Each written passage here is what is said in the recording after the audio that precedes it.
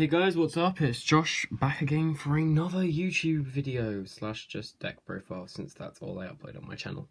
Today we're going to be doing Pendulum Magicians, an updated version, because everyone, if you haven't seen that new ban list, basically Electromite got limited, drastically changing the way this deck plays.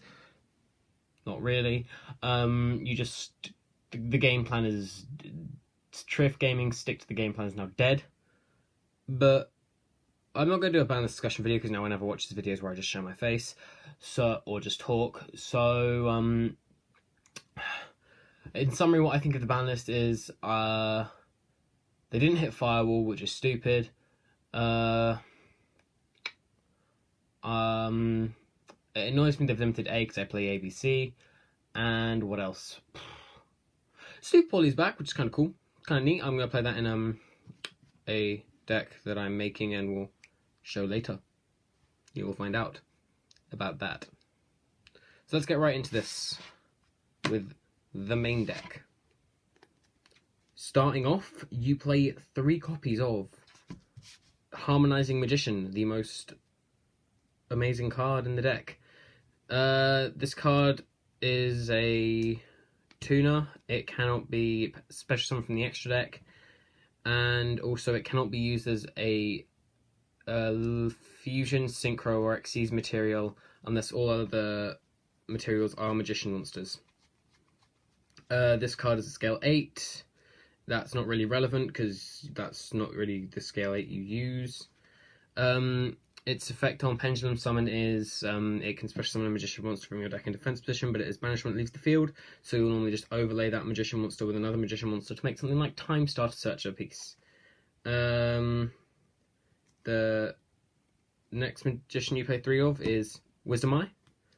Best scale in the deck, technically. Best card to put in scale in the deck. Basically, it pops itself in the scale and sets a magician from the scale. If you have another magician in your scale. The other magician you play 3 of is Powerful Poison. It's a good low scale, and also it has a good effect when it leaves the scale, being it pops a card in the field. Those are all the magicians you play 3 of. The magicians you play 2 of are your high scale of choice, Black Fang, which revives a dark spellcast monster from your extra deck when it leaves the field, when it gets destroyed by battle or card effect, which is good because most of your combo pieces, so Powerful Poison and Harmonizing, are dark spellcasters, as well as some other cards in the deck, like the Mythical Beasts, which I now play, as well as Chronograph and Janky. And your best low scale, Oath Dragon, which adds Harmonizing back from the extra deck to the hand. I still do play Chronograph because it's a free special summon, but I don't play Naruto anymore because I don't make him enough. Because if I don't draw Omega, I don't tend to send Omega off Electromite anymore, so I don't play Naruto. So sadly, no more Naruto, the moral leader, for me. And the rest, the one-offs are Time Gazer for Chronograph and Janky because of the level. Then onto the special summon cards. You have 3 Chronograph, same purpose as it always has. When a card in your field gets destroyed, you special summon this in 1 card from your hand. You can make an Electromite, or it just gives you fodder for Link plays. And now you also play the Mythical Beast engine, being 3 Mythical Beast Cerberus. I'm just missing 1, which I'm gonna get next week. I just didn't want to wait another week to upload this. And 2 King Jackal. Cerberus pops itself when it's the only card in the scale to search a level 7 or lower Mythical Beast, which is Jackal, and then Jackal pops itself in the scale to special summon a Mythical Beast from your extra deck. So Cerberus, which both trigger Chronos effect and Electromites actually, which is really good. And then of course you play 2 Dark Worm and a Gate 0 for a simple +1, also a free body on board. You play, for spells, play 2 Dragon Shrine for dumping Dark Worm, 2 Desires for draw power, For your 3-off spells, you play 3 Wavering Eyes, because it pops your scales, triggering the Magician's effects, and also allows you to add a Magician card and inflict the tiny amount of burn damage. And if you end up playing a Pendulum Mirror match, you banish a card in the field and add another coupling of Wavering Eyes from your deck to your hand. Just a set. You play 3 Daughters Alliance, because it searches, you have 5 targets in your deck, being 1 Pendulum Call, 2 Star Pendulum Graph, which when... Oh, the reason you play 1 Pendulum Call, however, is because it conflicts with the popping effects of the other magicians. You play 2 Star Pendulum Graph because it searches stuff when popped, and 2 Time Pendulum Graph because it you can protect your magicians with things such as Time Star, and if you've used Pendulum Call, it protects them already, and then you can just go off and pop 2 cards in your opponent's field, which is really good. Onto the extra deck. This has probably changed the most out of anything. You play 1 Electromite because you have to. It's the best card in the extra deck. If you don't know what it does, you clearly don't know anything about pendulums. It says if this card is link summoned, you can add 1 pendulum monster from your deck face up to your extra deck. So it's basically free, just searching.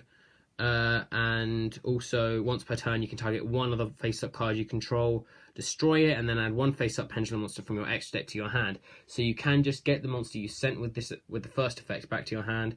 And for icing on top of the cake, if a card leaves the pendulum zone, draw 1 card. Nice. That's a hard once per turn. Not that it's relevant because you only play 1. If you're playing this in metal, if you play this in pure metal foes, it's very easily recyclable with Mithrilium, which makes it a lot better. However, in this, it's kind of just like you use it on your first turn to make as good a board as possible.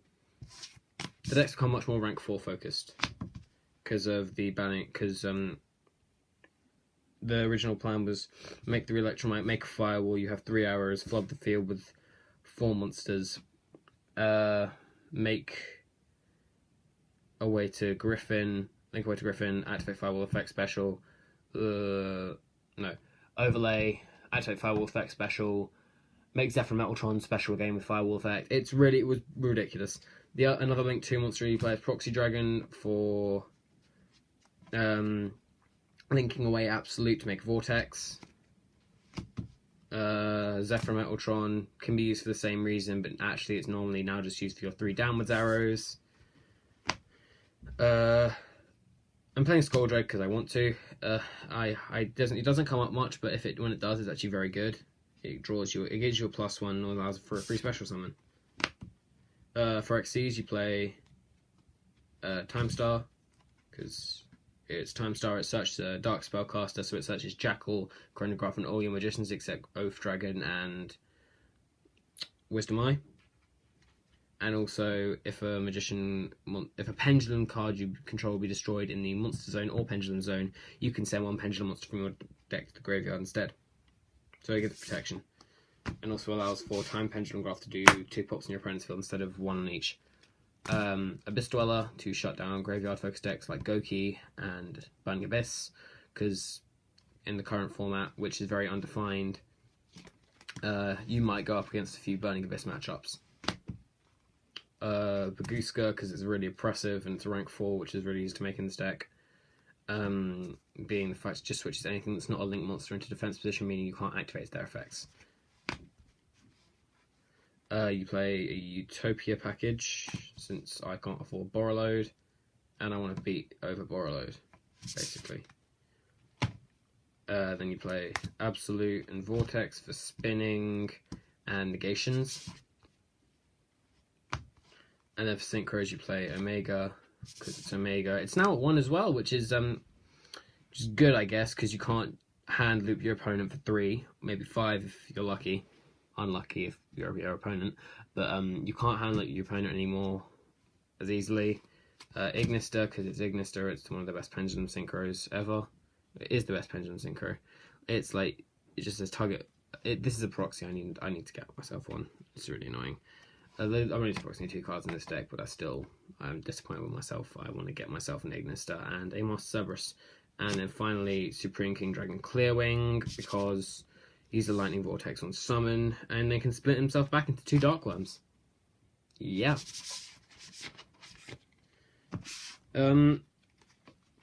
This deck isn't dead per se, but it's just not nearly as powerful as it was previously. Some upcoming deck profiles I'm considering doing. I was going to do Invoked ABC, however I need to rework the way my deck works because of the limiting of A Assault Core and the unbanning of Super Poly, and also the semi-limiting of Terraforming.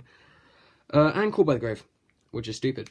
That's another thing. Back to my thoughts on the ban list.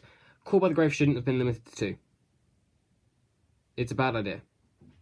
Because hand traps are so prevalent that Call by the Grave is almost a necessary thing. Because I feel like they're going to do what they did with Upstart Goblin.